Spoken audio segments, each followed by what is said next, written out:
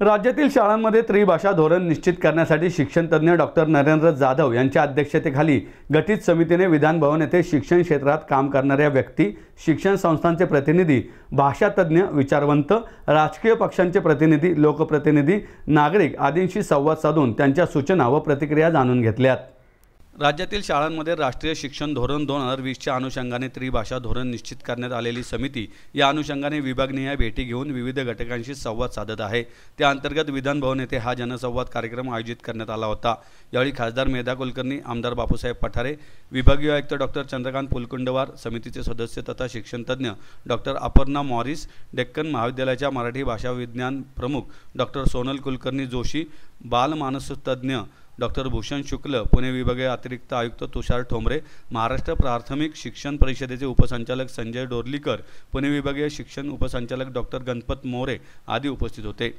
यावेळी डॉक्टर नरेंद्र जाधव म्हणाले, राष्ट्रीय शिक्षण धोरण 2020ची राज्यात अंमलबजावणी कशा पद्धतीने करावयाची या अनुषंगाने शिफारसी करण्यासाठी ज्येष्ठ शास्त्रज्ञ डॉक्टर रघुनाथ माशेलकर यांच्या अध्यक्षतेखाली उच्चस्तरीय समिती स्थापन करण्यात आली होती। या समितीने 2021 मध्ये आपला अहवाल सादर केला होता। त्या अहवालात त्रिभाषा सूत्राच्या अंमलबजावणीची एक शिफारस आहे असेही ते म्हणाले।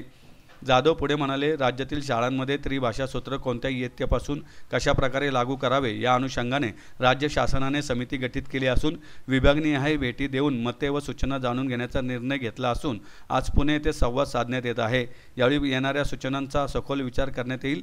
तसेच त्रिभाषा समिती.mahit.org हे संकेतस्थळही विकसित करण्यात आले असून त्यावर उपलब्ध करून दिलेली प्रश्नावली आणि सविस्तर मते मांडण्यासाठीची मतावली भरून संकेतस्थळावर सादर करावी, जेणेकरून येणाऱ्या सूचनांवर विचार करून राज्य शासनाला डिसेंबर अखेर अहवाल सादर करण्यासाठी प्रयत्न करण्यात येईल असेही ते म्हणाले। यावेळी खासदार श्रीमती कुलकर्णी, आमदार पठारे तसेच विभागीय आयुक्त डॉक्टर पुलकुंडवार यांनी आपले विचार व सूचना मांडल्या।